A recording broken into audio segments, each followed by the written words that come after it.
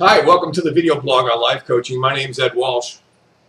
Glad to see you made it back. Glad to see I made it back, huh? Haven't done one of these videos in a while. My apologies. I've just been very, very busy. And, that's how it is sometimes. It's a good indicator when you're this busy. But I took a day off today. I went and sat in the sun and got my Kindle out and read a book I wanted to read. Hopefully I improved my mind just a little bit today. Who knows? Maybe, right? Anyway, today I thought we'd talk about having a lofty goal in your life and how important it is to have that for yourself. And it is critically important. You know, a lot of people have thoughts in their heads about things they want to be, goals they want to reach, how they want to grow as a person. These very high standards, these very high targets that they'd like to reach someday.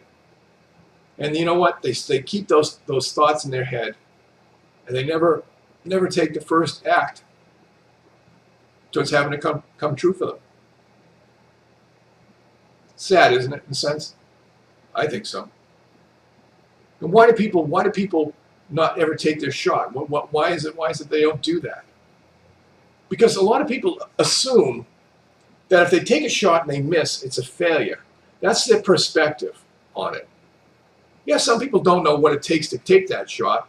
That's easily solved. A life coach can help you, or you could even go to the library and read books on it or what have you. Amazon.com's full of books on personal development, whatever.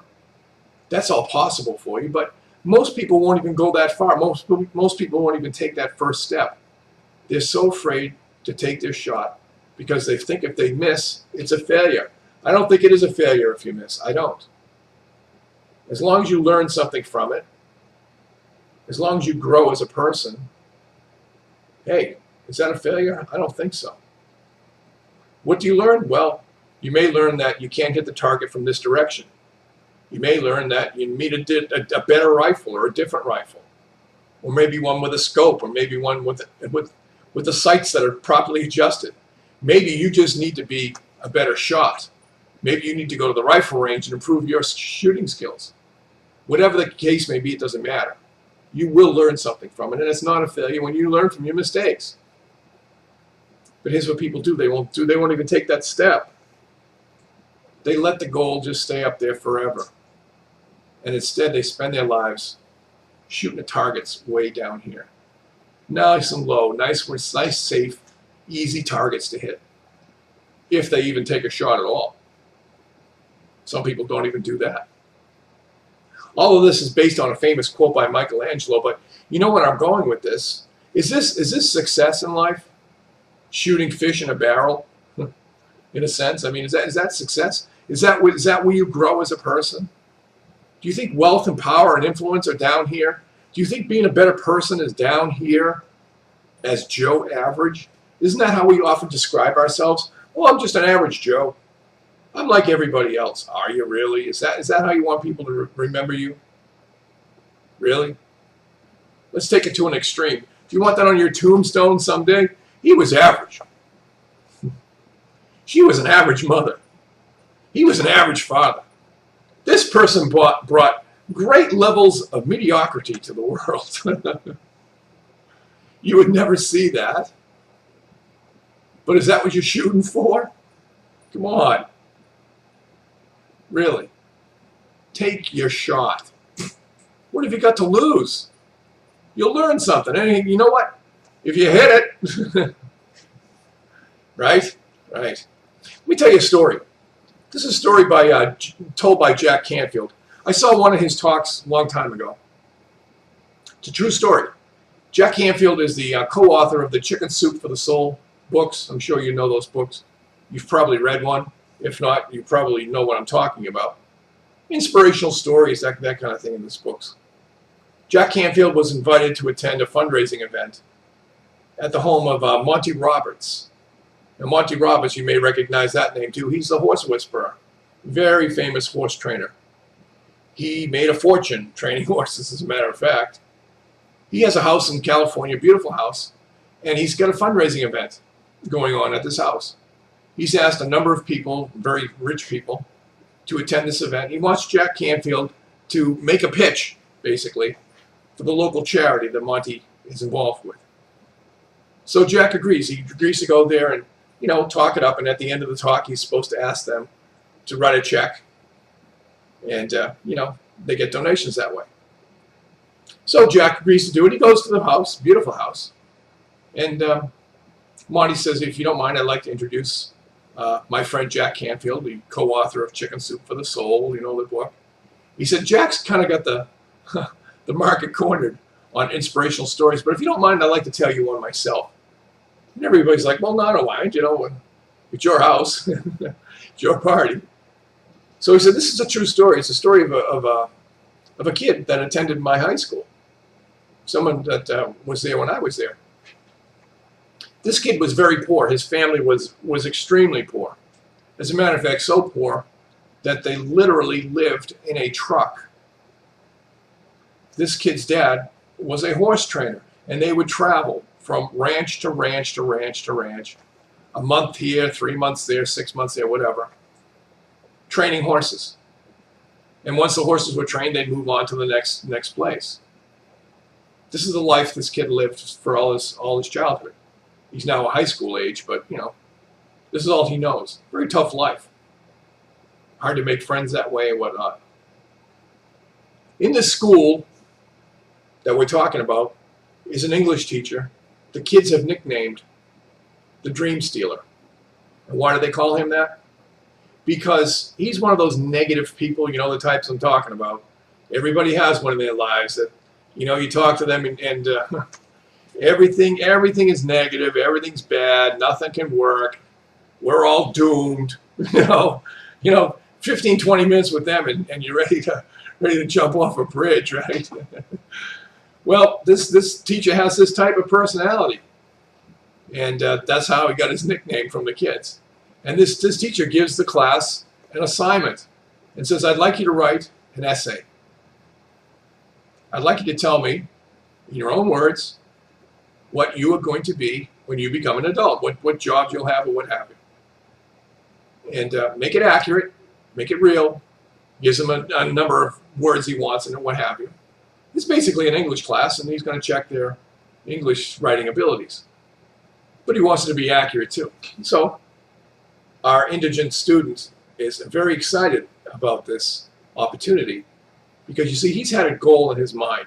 He's had a dream for a number of years of something that he wanted to be when he became an adult. He wanted to own a large ranch someday and be an owner of many thoroughbred horses. So he starts writing this essay out. He wants to own 200 acres and in a barn full of thoroughbred horses. He wants to raise them and breed them and breeding stock and what have you. And on this ranch, he wants a full-scale racetrack to train the horses on. And of course, holding areas and paddocks and corrals and things like that. He wants a tack room. He wants an administrative building. This is going to be a 5-star, basically, horse organization. He's thought it all out. And as well as all of this, he also wants to have a 4,000 square foot ranch house to live in on this property. So he does his whole essay up. Hands the paper in. A few days later, he gets the paper back, and there's a big red F on the paper. And below that it says, "See me after class," with an exclamation point. And the kid's like, what? He goes after class, and the teacher said, your English skills are great, but you didn't follow what I asked you to do. I asked you to write an accurate story about what you wanted to be when you became an adult. This is a great fictional story, but you have to be realistic here. Your parents are dirt poor. You live in a truck. 6 months from now, 3 months from now, you probably won't even be in this school. Moving around. Do you have any idea what 200 acres of land costs in California? Do you have any idea how much it would cost to build this barn? Do you have any idea how much it would cost to fill it full of thoroughbred horses? And the paddocks and the exercise pens and the holding areas and the tack room and the administrative building and all this stuff?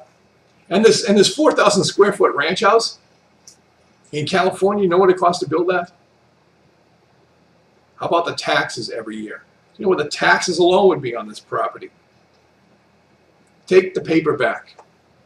Write it again. Give me an accurate idea of what you want to be when you grow up. I'll forget about the F, but I'll give you a second chance. The kid took the paper. He left. He's not sure what to do. I mean, this is what he wanted. This is his goal. This is his dream. This is his nice, high, lofty target he wants to hit. And he thinks about it. Thinks about it that night. Talked to his dad and mom. Thinks about it some more. He goes into school the next day and turns in the very same paper that he had turned in before with the red F on it. And the teacher says, "What is this? I told you to fix this." And the kid said, "Well, I guess I'll have to take the F because I want to keep my dream." And now, of course, all the patrons, the tears are running down their cheeks, and they're hugging each other, and everybody's shaking hands and slapping each other on the butt. What a wonderful story. And poor Jack Canfield, he's probably thinking, what? I got to follow this? Right? And while everybody's celebrating and whatnot, Monty Roberts turns around and goes over to the mantle of his fireplace and takes down a large picture frame and hands it to one of the patrons to hand around the room. In the picture frame, there's a piece of paper. It's just a piece of lined paper. And on it is an essay written by Monty F. Roberts. It's an essay about a kid that wanted to be a horse trainer someday, about having a big farm in California someday. And as the paper gets passed around throughout the room grows more and more quiet. And Jack Canfield says, I suddenly realized where I was. I'm in California on a 204-acre ranch. There's a barn full of racehorses. There's a track, a full-size racetrack. There's exercise paddocks. There's holding areas. There's corrals. There's a tack room. There's an administrative building. And we're all in a ranch house that's around 4,000 square feet in size. That year, Monty Roberts made $6 million in income. What if he had listened to the dream stealer? What if he had taken his dream goal and never taken his shot? What if he spent his life shooting fish in a barrel, taking easy targets? There's a lesson to be learned there, isn't there? Take your shot. What's the worst that can happen? You learn something? Boy, wouldn't that be terrible, huh? Don't be average Joe. Who wants to spend their life like that? Who wants to be Sally Mediocrity? Come on. Hope you learned something today. My name is Ed Walsh. Thanks for coming by. I'll talk to you soon. Bye.